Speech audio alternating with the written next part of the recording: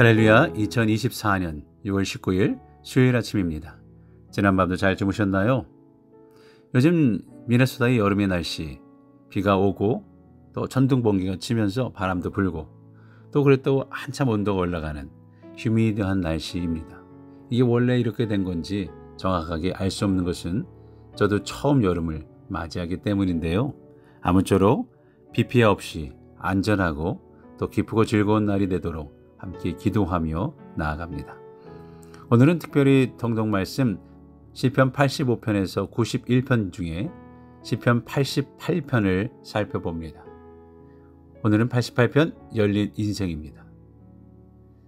영화를 보다 보면 결론이 깔끔하게 나는 것들이 있는가 하면 결론이 나지 않고 열린 결말로 열어두는 영화가 있죠. 작품성은 열린 결말로 열어두는 영화가 좋을지 몰라도 보는 사람 입장에서는 속 시원하게 악당이 소탕되고 범죄자는 머저리 잡혀가는 그런 결말을 원하죠. 선한 일을 하는 사람은 선한 보답을 받는 것이 훨씬 더 통쾌하고 속이 시원해집니다. 열린 결말보다는 닫힌 결말, 이 결정짓는 결말의 해피엔딩으로 끝나는 결말을 사람들은 전통적으로 선호합니다. 권선징악이라는 말처럼 전통적으로 우리는 그렇게 배웠고 익숙해서 그럴까요? 그래서 결말을 열어두면 왠지 모르게 불편하고 개운하지 않는 뒷맛을 남기는 것 같아요. 결론적으로 우리는 결말이 나는 것을 좋아하는 경향을 가지고 있습니다. 그런데 우리 인생을 영화라고 생각해보면 과연 우리 인생은 결말이 나는 인생인가요? 벌써 6월이라 1년의 반은 지나가고 있는데요. 올해 계획하고 생각했던 것들이 연말이 되기 전에 다 마무리될 것 같은 추세로 진행이 되고 있으신가요? 계획했던 모든 것들이 잘 마무리되고 다음 해는 새 장이 열리는 인생이 되기를 바라지만 매번 후회하면서 조금씩은 완벽하지 않은, 아마 불가능한 일들이 많죠. 악한 사람은 여전히 우리 주변에 존재하고 우리가 원했던 일은 마무리되지 않고 한 해가 그냥 지나갑니다. 심지어 한 가지 고민이 해결되지 않았음에도 불구하고 새로운 고민이 다시 시작되기도 하죠. 여러 가지 고민 가운데 강박에 시달리는 사람들이 많이 있습니다. 이런 불편한 일들이 그리스도인에게도 자주 일어납니다. 우리라고 예외가 아니죠. 많은 그리스도인들이 가지고 있는 환상 중에 하나가 이런 기도일 겁니다. 기도하면 불편한 것들은 다 정리되고 깨끗하게 해결되고 하나님 앞에 엎드려 구하기만 하면 복잡한 상황들은 다 정리정돈될 것이라는 거죠. 그러나 이것은 말 그대로 환상일 뿐입니다. 기도해보지 않은 분들이 가지는 환상이겠죠. 기도해본 분들은 다 아시지 않습니까? 우리가 열심히 기도했지만 우리가 원하는 시기가 하나님의 때와 맞지 않을 때가 얼마나 많이 있습니까? 하나님의 때와 내가 원하는 시기가 달라서 내가 원하는 대로 아기가 딱딱 맞지 않는다는 사실을 잘 알고 있습니다. 그래도 해결되지 않았지만 아직까지 무너지지 않은 채 또 버티는 것도 신기하지만 문제가 해결되지 않은 채로 또 다른 문제가 다시 시작되는 악순환을 매일 경험할 수도 있습니다. 악한 사람들이 사라졌으면 좋겠는데 그들은 우리 주변에 언제나 존재하고 있습니다. 기도하면서 상황은 변하지 않고 그대로 있는데 조금씩 바뀌어가는 것이 있다면 사람과 상황을 바라보는 우리의 눈과 시각과 마음이라는 사실을 깨닫게 될 겁니다. 오늘 우리가 읽은 시편의 저자도 하나님 앞에 간절하게 매달리고 구하고 기도하고 있지만 결론을 나지 않고 인생은 여전히 어렵고 힘든 어둠의 터널을 지나가고 있는 상황을 호소하고 있습니다. 시편의 저자가 어떤 상황인지 3절 말씀에서 이렇게 표현합니다. 물은 나의 영혼에는 재난이 가득하며 나의 생명은 수월에 가까웠사오니. 사람은 영혼과 육체로 되어 있는데 영혼에는 재난이 가득하고 육체는 수월에 가까웠다고 말합니다. 이 말은 영혼과 육체가 모두 다 어려움에 처했다라는 말이죠. 영혼이 문제가 생기면 육체도 영향을 받을 수밖에 없고 육체가 아프고 문제가 생기면 영혼도 피폐해질 수밖에 없습니다. 영과 육이 하나로 연결되어 있기 때문이죠. 그는 자신이 이러한 상황을 5절에서 계속해서 설명합니다. 죽은 자 중에 던져진 바 되었으며 죽임을 당하여 무덤에 누운 자 같으니이다. 주께서 그들을 다시 기억하지 아니하시니 그들은 주의 손에서 끊어진 자니이다. 영혼과 육체가 힘들고 어려운 상황에 처해져서 드러 누워 이제는 죽은 자 같이 되어서 일어날 수 없게 되었다고 고백합니다. 이런 현실 가운데에서 시인은 하나님 앞에 엎드려 기도하고 있어요. 그가 방향을 잘 잡았죠. 하나님께 나와 자신의 문제를 아뢰고 토로하고 있기 때문입니다. 영혼에 문제가 생기고 육체가 문제가 생기면 내 영혼을 지으시고 육체를 창조하신 하나님 앞에 구해야 하지 않습니까? 시인은 방향을 잘 잡은 거예요. 1절 말씀, 여호와여 내 구원의 하나님이여 내가 주야로 주 앞에서 부르짖었사오니. 주야로 주 앞에 부르짖었다라는 말은 이 때가 되면 문제가 생길 때마다 하나님 앞에 부르짖었다는 말씀입니다. 주야로 부르짖으면서 하나님 앞에 간절함을 가지고 나왔습니다. 2절 말씀, 나의 기도가 주 앞에 이르게 하시며 나의 부르짖음에 주의 귀를 기울여 주소서. 자신의 기도가 하나님 앞에 상달되고 응답되기를 구하면서 간절하게 엎드렸어요. 이렇게 구해도 자신의 상황이 바뀌는 것을 느끼지 못했습니다. 그는 계속해서 하나님 앞에 부르짖죠. 9절에 곤란으로 말미암아 내 눈이 쇠하였나이다. 여호와여 내가 매일 주를 부르며 주를 향하여 나의 두 손을 들었나이다. 매일 주를 부르며 주를 향하여 두 손을 들었다라는 말은 하나님께 항복한다라는 뜻이죠. 손을 들고 주께 나옵니다. 내 인간성으로 주께 엎드리는 것이 아니라 항복하고 나옵니다. 하나님의 뜻대로 내 인생을 다스려 달라는 간절한 간구죠. 이제 나의 의는 없사오니 하나님의 의로 나의 인생을 주장하시라는 말씀이에요. 그러나 그렇게 기도해도 변하는 것 같아 보이지 않았습니다. 13절 말씀 보니까 여호와여 오직 내가 주께 부르짖었사오니 아침에 나의 기도가 주의 앞에 이르리이다. 시인은 밤새도록 기도했어요. 밤이 맞도록 기도하고 새벽까지 기도했어요. 아침에 나의 기도가 하나님께 상달되기를 원한다고 간구를 드리고 있는 거예요. 보통 우리는 이 정도 기도했으면 하나님께서 이 기도를 들어주셔야 되지 않습니까? 하는 생각을 하죠. 하지만 시인의 결말은 어떻습니까? 18절 보니까 주는 내게서 사랑하는 자와 친구를 멀리 떠나게 하시며 내가 아는 자를 흑암에 두셨나이다. 이렇게 결론이 나버려요. 내가 아는 자를 흑암에 두시고 나를 사랑하는 자를 멀리 떠나게 하셨습니다. 시인은 그 다음을 기록하지 않아요.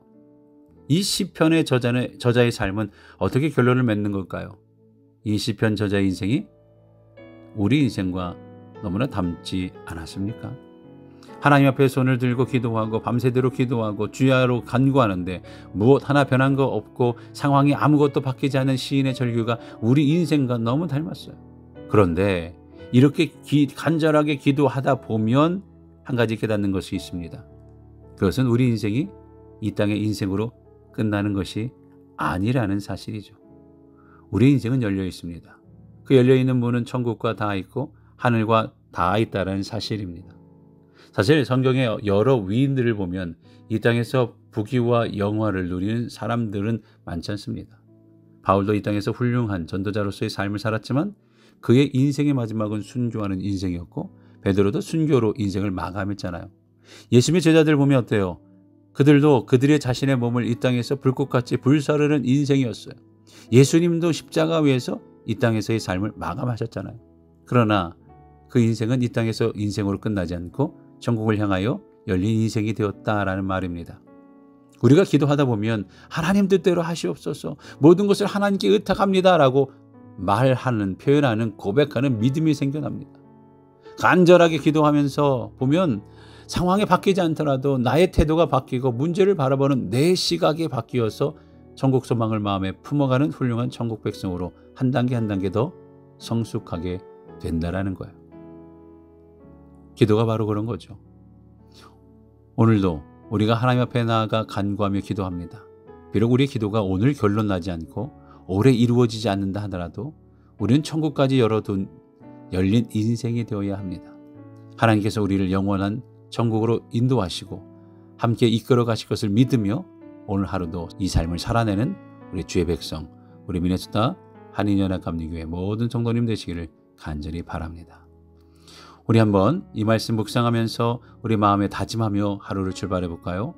기도하는 제목을 단기간 이루려고 하지 않고 긴 안목으로 바라보겠습니다. 나의 인생을 인도하시는 하나님의 섭리를 의지하고 믿습니다. 그렇게 고백하며 우리 서로를 위해서 기도해 주시고 우리 교회를 위해 기도해 주시길 바랍니다. 서로를 위해서, 건강을 위해서 우리 김성자 집사님 계속해서 건강을 위해서 기도해 주시고, 손병호 권사님을 위해, 발이 아프신 분, 암 진단 중에 있는 분들, 또한 모든 직장 일터 영주권을 위해, 우리 각 자녀들의 구원을 위해, 출타 중인 분 잘 돌아오시도록 우리 코스타를 위해서 함께 기도해 주시고, 또한 오늘은 그런 기도 가운데 교회를 위한 기도 함께 기도하겠습니다. 우리 교회를 누구보다 사랑하시는 하나님, 우리 교회를 48년 동안 지켜주시니 감사합니다. 개척 초창기의 기억도 생생한데 세월이 벌써 많이 지나 2024년이 되었습니다. 팬데믹 속에서도 우리를 지켜주시느라 얼마나 힘드셨습니까? 주님 말씀 안 듣고 사람들은 하나님이 안 계시다고 떠나가는 듯 했고, 그렇다고 눈에 보이는 잡을 만한 것들이 우리 안에 또 있지 않아서 믿음을 지키려고, 교회를 지키려고 하는 것도 쉽지 않았던 모습을 보게 됩니다. 그럼에도 우리와 함께 하셔서 지금의 우리를 있게 하신 줄로 믿사오니 감사를 드립니다. 심지어 연합감리교회 교단의 일로 인해 우리들에게는 큰 충격이 있기도 했지만, 이 교회를 지키며 살아가도록 노력하는 우리들로 하여금 지금까지의 우리 교회를 소중하게 생각하는 새로운 계기가 되게 하심을 감사드립니다. 이민의 외롭고 어려운 삶을 이 교회를 통해 위로받고 힘을 얻고 이기고 우리 자녀들이 자라나게 하셨사오니 이 교회를 축복하시고 이 교회에서 함께 신앙생활하는 모든 교우들을 복주시며 위로하여 주옵소서. 예수님의 핏값으로 세우신 이 교회를 우리 모두가 사명을 가지고 지켜나가 믿음의 유산을 우리의 자녀들에게, 다음 세대들에게 잘 인도할 수 있기를 원합니다. 주님 도와주시옵소서. 은혜의 주님, 주님의 복된 소식이 우리 모든 가정들과 미네소타에 가득하길 기도합니다. 복음의 역사를 믿고 살아가며 그 증인으로서의 삶을 우리 교회가 감당하게 하옵소서. 한국, 미국을 축복하시고 지도자들을 축복하여 주어서 이 지도자들로 하여금 하나님을 두려워하게 하옵소서. 그래서 이 두 나라가 하나님의 뜻이 이루어지는 하나님의 나라가 되도록 인도하여 주옵소서. 세계 평화를 위해 기도합니다. 전쟁이 종식될 수 있도록, 더 이상 인간의 국가의 욕심으로 생명을 앗아가는 일이 없도록 도와주옵소서. 담임 목사님과 부목사님을 세우셨사오니 보내신 목적에 맞게 하나님의 일을 이루어가게 하시옵소서. 우리 교회를 잘 인도하고 주님의 뜻을 따라 순종하게 하옵소서. 우리 교회 학교 아이들이 있습니다. 이들을 지켜주시옵소서. 믿음으로 자라갈 수 있도록, 잘 자라날 수 있도록 교육부에 하나님의 은혜가 더 많이 있게 하시오며, 어린아이에서 청년들까지, 청장년, 장년, 어른들까지 모두 주님의 복된 자녀로 살아가게 하옵소서. 입원하신 김성자 집사님 태어나게 하시니 감사합니다.